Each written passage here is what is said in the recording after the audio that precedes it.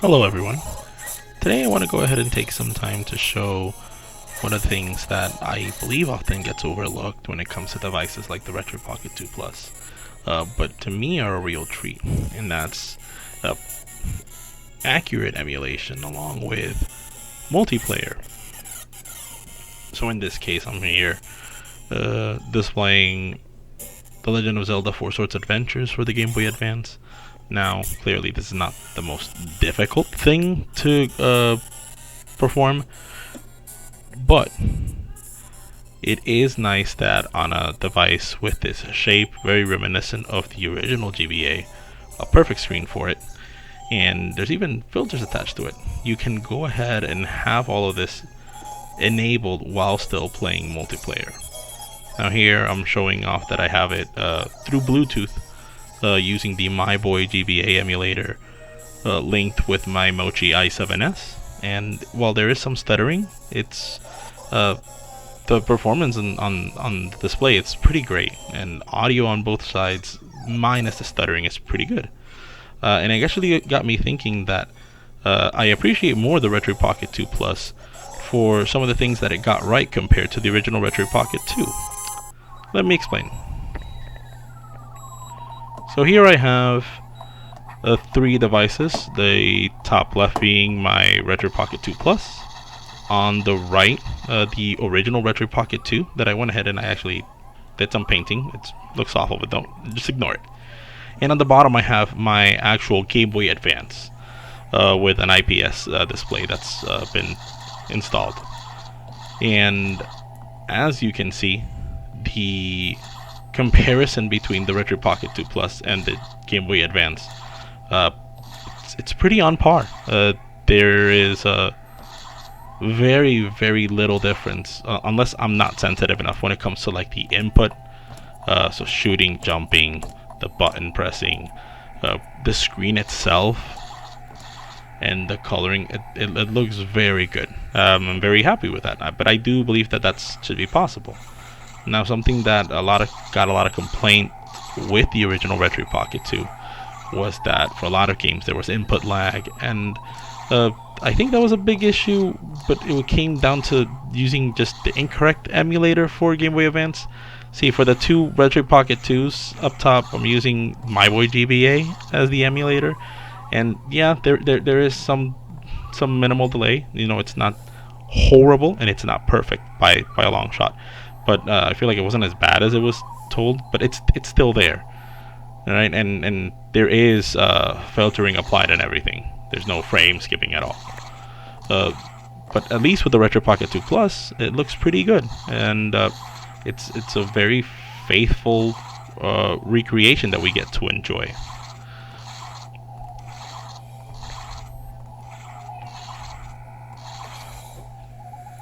But enough of that. Let me just go ahead and actually show you what I really care about in this case, which is more multiplayer that actually plays pretty accurately. So here I have Mega Man Battle Network 3.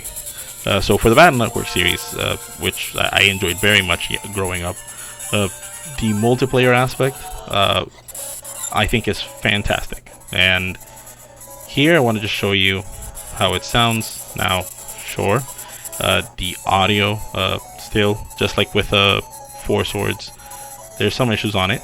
We'll go ahead and address that later, but the gameplay itself, it still looks pretty well.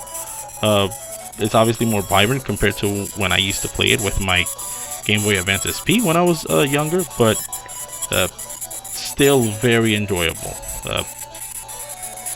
Delay when it comes to the actual screen feels minimal, so it feels nice and refreshing. It feels like I can actually just play this all over just like I did back then.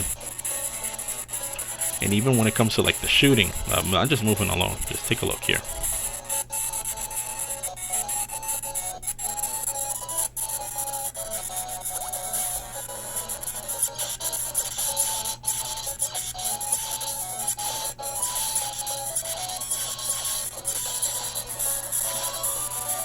Again, it feels pretty good. It looks pretty good.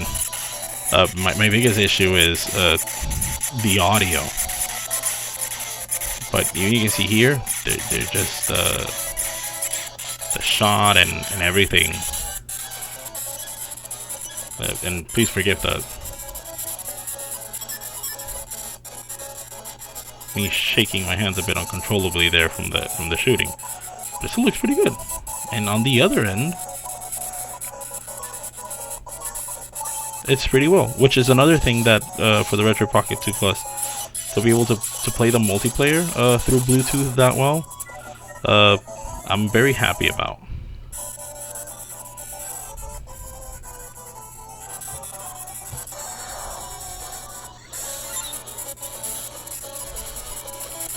Now here, I want to just show you the battle with using the Wi-Fi connectivity, because you have both options when it comes to the MyBoy GBA emulator if you pay for it.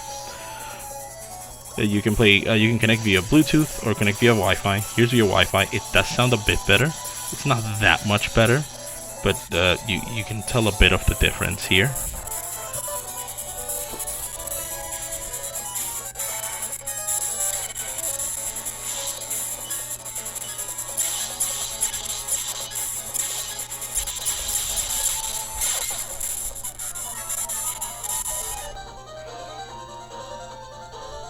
So let me show you how I actually go ahead and fix that audio issue. In short settings, I just went ahead and put in a frame skip of 1, and I left it at that. Going back into a battle, and take a look.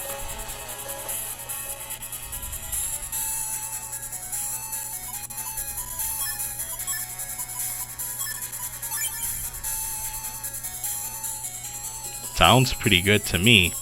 I'm pretty happy with this. And it'll be on both ends. You're gonna see here that on both devices' audios, it's whether it's both playing at the same time or one of them being muted and the other one blasting out the music, the audio sounds pretty good. I'm very happy with this finding, and it worked when I went ahead and I tried it with Four Swords Adventures again, and there's another handful of Game Boy Advance games, but I feel like much of them don't feel as dynamic, at least in my opinion, to when I used to play something like Battle Network or Four Swords. There might be a few exceptions, but like Pokemon games, there is just a turn-based, and that I don't feel like that really shows the fidelity of, or in other words, how smooth it sounds while you're playing. I feel something like this, that yeah, you have your turns selecting your items for battling while you're doing the in battle, like the in-game battle. All the different noises and everything. It sounds pretty good. If you hear some stutter, just please let me know. I don't want to go ahead and tell you all something that's not there, but I so far don't hear anything. I'm pretty happy with this. And this also obviously works as well for Game Boy Color and original Game Boy games. If you decide to actually find somebody that you can play with and link up, I fortunately am able to do so, I'm definitely going to be enjoying this aspect of it. And hopefully you like this, and you can go ahead and try it out for yourselves and see if you like that as well.